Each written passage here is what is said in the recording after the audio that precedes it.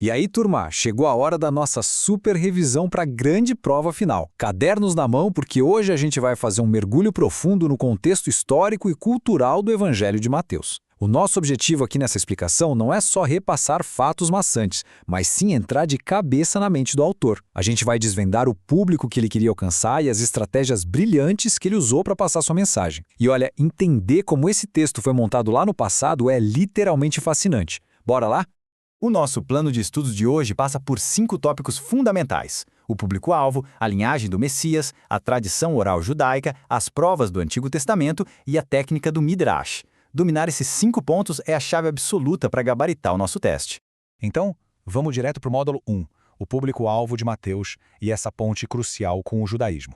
Bom, embora o Evangelho de Marcos tenha sido escrito antes cronologicamente, o texto de Mateus foi posicionado ali como o primeiríssimo livro do Novo Testamento. E isso não foi por acaso, tá? Ele atua como uma ponte estratégica. Escrito ali por volta do ano 70 d.C., o alvo principal era claramente o público judeu. Mateus precisava muito que os leitores entendessem o cristianismo não como uma religião estrangeira, uma coisa esquisita e totalmente nova, mas sim como o cumprimento e uma ramificação direta do próprio judaísmo.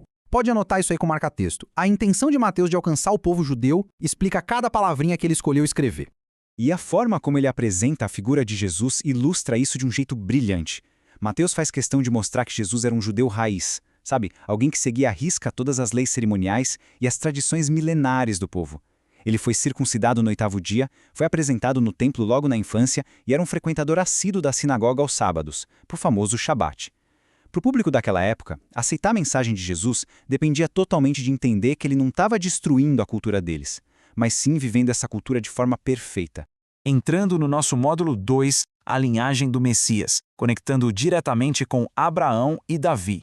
Naquela época, especialmente na cultura judaica, o grande currículo de alguém não era a faculdade que cursou, mas sim a árvore genealógica. A genealogia era a prova definitiva de quem a pessoa era de verdade. É por isso que Mateus já abre o relato dele conectando Jesus logo de cara a 2 dos maiores gigantes da história de Israel, Abraão e Davi. E por que isso com certeza vai cair na nossa prova? Porque, ao conectar com Abraão, Jesus é apresentado como o herdeiro direto daquela promessa de uma nação abençoada e super bem-sucedida.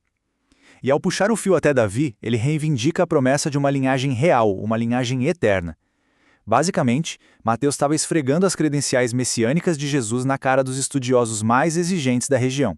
Mas aí vem o ponto de virada, que é aquele imenso contraste cultural que Mateus teve que manobrar. E olha, esse é um tópico que sempre dá um nó na cabeça da nossa turma. A expectativa judaica era muito clara. Eles queriam um rei guerreiro fortíssimo, um líder político poderoso e rico, alguém tipo o rei Davi, que chegasse num cavalo para expulsar o Império de Roma e devolver o trono para Israel. E qual é a realidade que Mateus apresenta? Um servo super humilde que nasceu no meio de animais numa manjedoura, numa vila completamente obscura e que simplesmente rejeitava a guerra política para focar num reino celestial.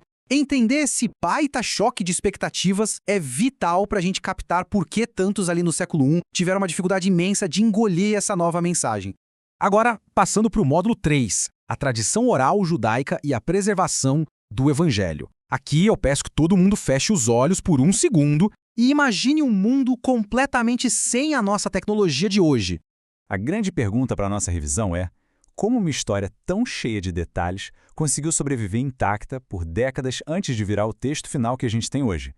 Não tinha smartphone para gravar um áudio ali rapidinho, não tinha computador e nem papel barato para rascunhar. O desafio de registrar qualquer coisa na antiguidade era simplesmente colossal. E a resposta para isso é a mecânica absurda da tradição oral. Prestem atenção nisso.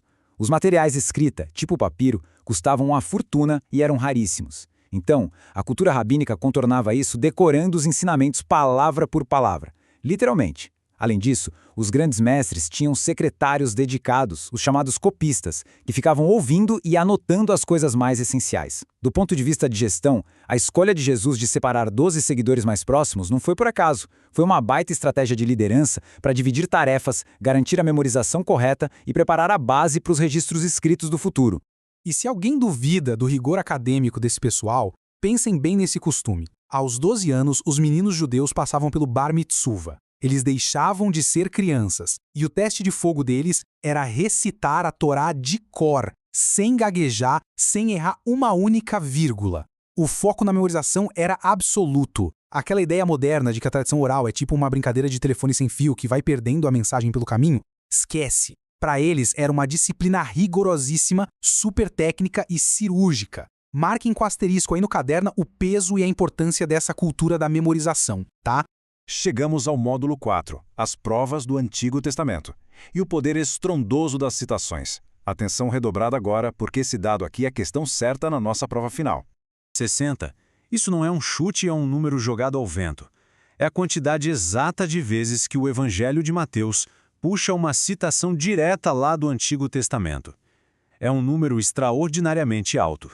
E Mateus não estava fazendo isso só para deixar o texto mais longo, não. Ele usou essas 60 citações de um jeito totalmente calculado. O público que ele focava conhecia a Torá de trás para frente, conhecia bem as profecias. Então, ao conectar as ações de Jesus repetidamente aos textos sagrados que eles já amavam e veneravam, Mateus estava evangelizando na prática. Ele estava provando, usando a própria escritura como base, que o Messias finalmente tinha chegado. Foi uma estratégia de persuasão intelectual simplesmente genial.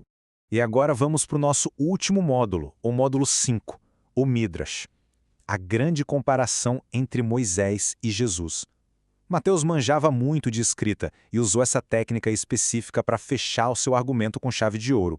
Anotem o conceito exato para a prova. Midrash é um método clássico do judaísmo que basicamente compara uma figura importante do presente com um herói gigantesco lá do passado. O que a gente ganha com isso? Credibilidade. Mostra semelhanças e valida a autoridade divina da figura nova. A sociedade da época validava líderes exatamente através dessa régua de comparação. E qual foi o herói que Mateus pegou como régua? Ninguém menos que Moisés, a figura mais sagrada e reverenciada de todo o Antigo Testamento. É impressionante como Mateus coloca a vida de Moisés e a de Jesus lado a lado. Na infância, o faraó manda matar os bebês para tentar pegar Moisés. O rei Herodes faz a mesmíssima coisa tentando pegar Jesus. Moisés encontra refúgio fugindo das autoridades para o deserto e para o Egito. Jesus também foge para o Egito com a família. Moisés passa 40 anos guiando a nação no deserto. Jesus passa 40 dias em jejum no deserto. E a cereja do bolo, Moisés sobe na montanha para receber a lei, os 10 mandamentos. E o que Jesus faz? Sobe numa montanha para entregar o famosíssimo Sermão do Monte. E a beleza literária de toda coisa está exatamente aqui. O objetivo do Midrash não era só levantar a mão e dizer, olha só como eles são parecidos. A verdadeira tese de Mateus é mostrar que Jesus não só repetiu todos esses padrões, mas que ele aperfeiçoou a coisa toda. O argumento era provar por A mais B que Jesus é infinitamente maior que Moisés. Ele pega simples coincidências biográficas e eleva isso ao nível máximo de demonstração de cumprimento divino. Um espetáculo. E para organizar toda essa teologia pesada num formato super digestivo, Mateus estruturou o evangelho dele de forma geográfica. 3 blocos simples. Começa na Judéia, com o nascimento e as ameaças. Depois a história flui lá para Galileia, que é onde a magia dos ensinamentos acontece. A maior parte do ministério de fato. E por fim, o retorno de volta para a Judéia, o grande palco dramático da morte, ressurreição e ascensão. Traduzir uma mensagem hiperdensa para uma estrutura quase que visual, assim, é puro talento literário.